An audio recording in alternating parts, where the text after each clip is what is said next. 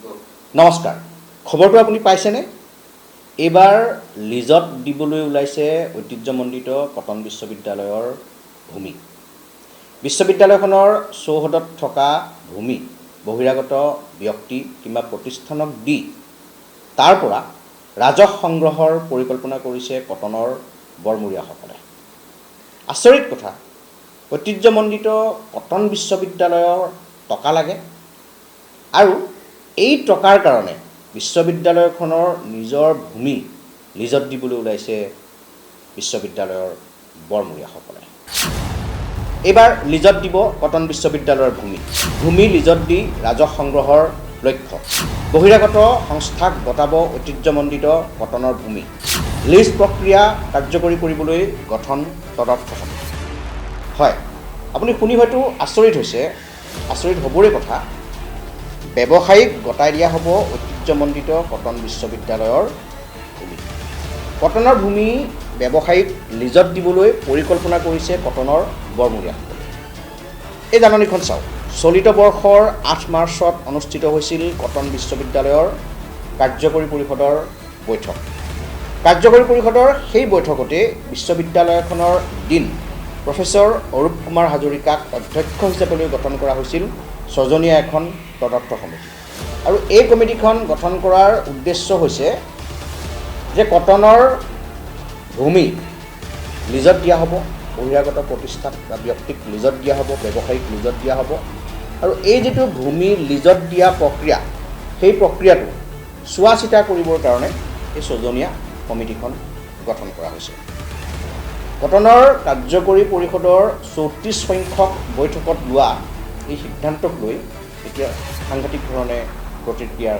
সৃষ্টি হৈছে বিভিন্নজনে বিভিন্ন ধৰণে মন্তব্য প্ৰকাশ কৰিছে যে কি কাৰণ কিয় কটনৰ দৰে এখন বিশ্ববিদ্যালয়ে নিজৰ নামত থকা নিজৰ সম্পত্তি লিজত দি ৰাজহ সংগ্ৰহ কৰিবলগীয়া এটা পৰিৱেশ আহি পৰিছে বিশ্ববিদ্যালয়খনক যথোচিতভাৱে পৰ্যাপ্ত পৰিমাণে চৰকাৰে ধন যোগান ধৰা নাই বা একেদৰে বিশ্ববিদ্যালয়খনেও তেওঁলোকৰ অন্য যিবোৰ চ'ৰ্চ সেই চ'ৰ্চৰ পৰা ধন সংগ্ৰহ কৰিব পৰা নাই যাৰ কাৰণে তেওঁলোকে ভূমি লিজত দিব লগা এটা পৰিস্থিতিৰ সৃষ্টি হৈছে বহুতে বিষয়টোক মুখ্যমন্ত্ৰীৰ হস্তক্ষেপ দাবী কৰিছে মুখ্যমন্ত্ৰীয়ে বিষয়টো চাওক বুলি বহুতে বিচাৰিছে আৰু এই যিখন নটিছ জাননীখন আপোনালোকে দেখিছেই এই জাননীখন মই তথাপি আকৌ এবাৰ আপোনাক পঢ়ি দিছোঁ As per resolution of 34th Executive Council meeting held on 8 March 2024, height raise nong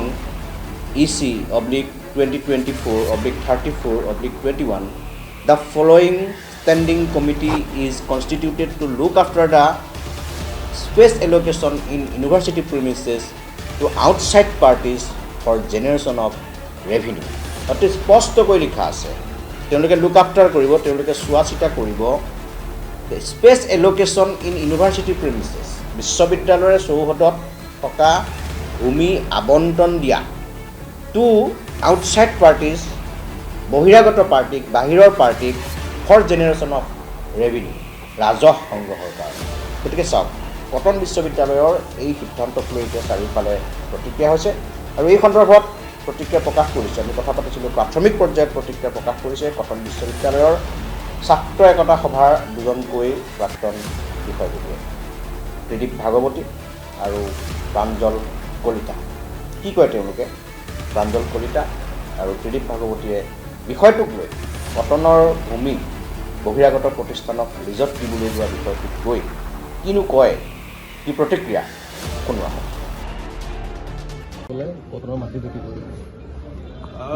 এই গোটেই যিটো বিষয়টো আমি কালি যেতিয়া গম পাইছিলোঁ বৰ্তমান সময়ত আমি কটনৰ লগত বৰ বিশেষ জড়িত নহয় মই কটন বিশ্ববিদ্যালয়ৰ ছাত্ৰ একতা সভাৰ প্ৰাক্তন যিহেতু সভাপতি আছিলোঁ তথাপি কটনৰ চৌহদৰ ভিতৰ মহলৰ সৈতে আমাৰ এটা সম্পৰ্ক থাকেই কালি আমি গম পাইছিলোঁ হঠাৎ যে কটনৰ ৱেবছাইটত এখন জাননী আপলোড কৰা হৈছে জাননীখনত কোৱা হৈছে এখন ইচি মিটিং যিখন 8 মাৰ্চত অনুষ্ঠিত হৈছিল সেই ইচি মিটিংখনৰ ৰেফাৰেঞ্চত সেই জাননীখনত কোৱা হ'ল যে কটনৰ চৌহদত স্পেচ বুলি তেওঁলোকে শব্দটো ব্যৱহাৰ কৰিছে। তেওঁলোকে স্পেচ এল'কেট কৰাৰ কাৰণে এখন ষ্টেণ্ডিং কমিটি গঠন কৰি দিছে আৰু কোৱা হৈছে যে সেই কমিটিখনে ৰেভিনিউ জেনেৰেট কৰাৰ কাৰণে ৰাজহ সংগ্ৰহৰ বাবে স্পেচ এল'কেট কৰিব। এতিয়া এই গোটেই বিষয়টো সন্দৰ্ভত আমি যেতিয়া কথা পাতিছিলোঁ, আমি যেতিয়া তথ্য সংগ্ৰহ কৰিছিলোঁ, প্ৰথম কথাটো আমাৰ চকুত পৰিছিল যে 8 মাৰ্চত এখন ইচি হৈছে, সেই ইচিখনৰ মানে আধাৰত কোনোবা এখন কমিটি আপুনি 2 মাহ পাছত কিয় গঠন কৰিব, তাত প্ৰথম প্ৰশ্নটো উদ্বেগ হৈছিল। ইচিখনৰ যেতিয়া আমি মাইনুটছবোৰ চালোঁ, ইচিখনত কোৱা হৈছিল যে SBI কটনক এটা প্ৰপ'জেল দিছে, যিটো প্ৰপ'জেল ইচিত আলোচনা হ'ল আৰু যিটো প্ৰপ'জেলৰ অধীনত এখন কমিটি গঠন কৰাৰ কথা কোৱা হ'ল, য'ত ছাত্ৰ থাকিব, মানে ছাত্ৰ সদস্য থাকিব, ষ্টুডেণ্টছ ইউনিয়ন থাকিব আৰু সেই কমিটিখনে সেই SBIৰ প্ৰপ'জেলটো, SBI কটনত যি মাটি বিচাৰিছিল বা যি বিল্ডিং বনাব বিচাৰিছিল তাৰ ফিজিবিলিটি টেষ্ট কৰিব। এই গোটেইকেইটা কথাক বাইপাছ কৰি তেওঁলোকে হঠাৎ এখন কমিটি ৰাজহুৱা কৰি দিছে ৰাতিৰ ভিতৰত, যিখন কমিটিয়ে কৈছে যে কটনৰ স্পেচ তেওঁলোকে ৰেভিনিউ জেনেৰেট কৰাৰ কাৰণে আউটছাইড পাৰ্টিজক দিব। এতিয়া স্পেচ বুলি ক'লে আমি কি বুজিম? কটনত স্পেচ বুলি ক'লে কটনৰ স্পেচ দুটা, এটা বিল্ডিং, এটা মাটি। বিল্ডিং, আমাৰ এনেকুৱা অৱস্থা এটা যে আমাৰ ক্লাছৰুমৰ অভাৱ, আমাৰ ছাত্ৰ ছাত্ৰীয়ে এতিয়া পুৰণা ভাঙি যোৱা হোষ্টেলত ক্লাছ কৰে, গতিকে আমি মানে বিল্ডিং দিব নোৱাৰোঁ, আমি মাটি দিব লাগিব। এতিয়া মাটি কি পৰ্যায়ত দিয়া হ'ব? এই ইমান এটা সংকীৰ্ণ, ইমান এটা স্পৰ্শকাতৰ বিষয়ত ছাত্ৰ সমাজক এন্ধাৰত ৰাখি তেওঁলোকে যিদৰে কাম কাজ আৰম্ভ কৰিছে, এই কথাটোৱে আমাক এটা কথা ভবাই তুলিছে যে কটনখনৰ যিটো ভৱিষ্যতৰ কথা আমি পাতো, কটনক দক্ষিণ পূব এছিয়াৰ শ্ৰেষ্ঠ বিশ্ববিদ্যালয়, উত্তৰ পূবৰ শ্ৰেষ্ঠ বিদ্যালয়, এই গোটেই সপোনবোৰক এই ধৰণৰ কাম কাজে 2-3জন ব্যক্তিৰ, এই কথাটো আমি আকৌ স্পষ্ট কৰিছো, কটনৰ অধিকাংশ ব্যক্তিয়ে এই কথাটোক লৈ অজ্ঞানতাত আছে।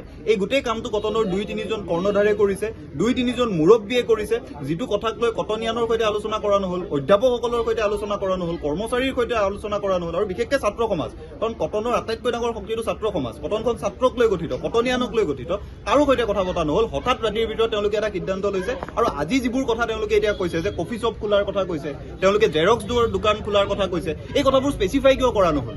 আপোনালোকে ইমান ডাঙৰ ইউনিভাৰ্চিটি এখন চলাইছে, তাত আপোনালোকে কৈছে স্পেচ এল'কেট কৰিম। ঠিক আছে, স্পেচ আপুনি কেফেটেৰিয়াক দিয়ক, কেফেক দিয়ক, জেৰক্স মেচিনৰ দোকানক দিয়ক, স্পেচিফাই কৰিব লাগিব।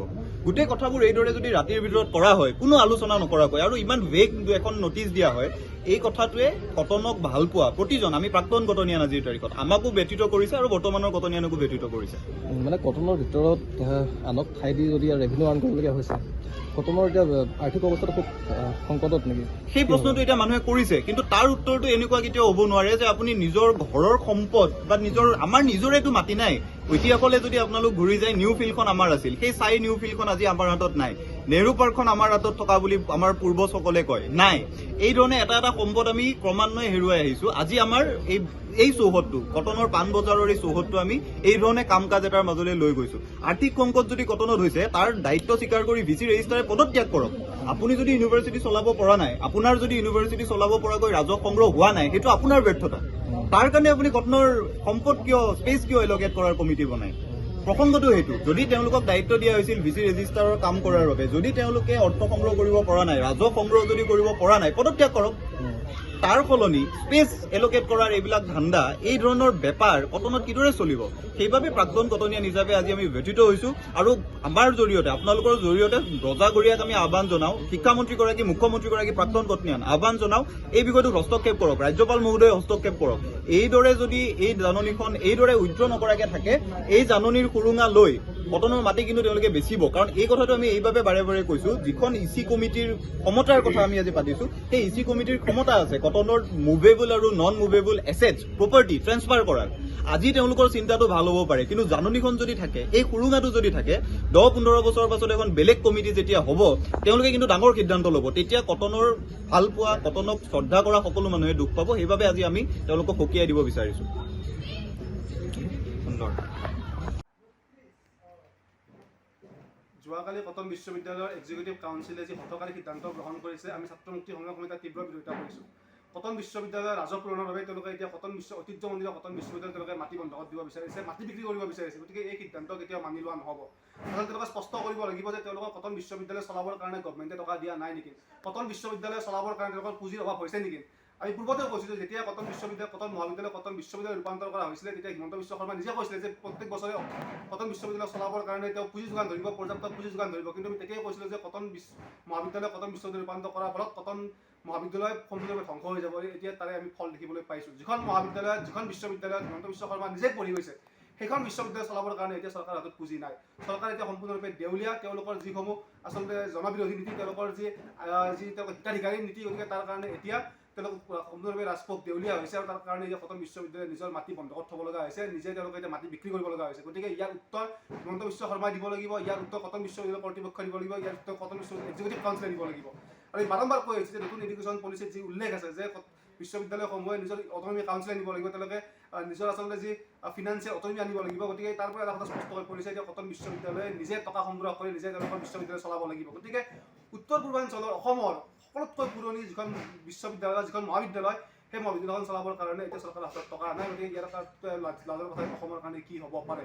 গতিকে আমি দাবী কৰিছোঁ যে অতি শীঘ্ৰে এই যি সিদ্ধান্ত বাতিল কৰিব লাগে আৰু তেওঁলোকৰ স্থিতি স্পষ্ট কৰিব লাগে আৰু হিমন্ত বিশ্ব শৰ্মা মুখ্যমন্ত্ৰী ৰমেশ পেগুৰ স্থিতি স্পষ্ট কৰিব লাগে যে তেওঁলোকৰ কটন বিশ্ববিদ্যালয় চলাবৰ কাৰণে টকা আছে নে নাই।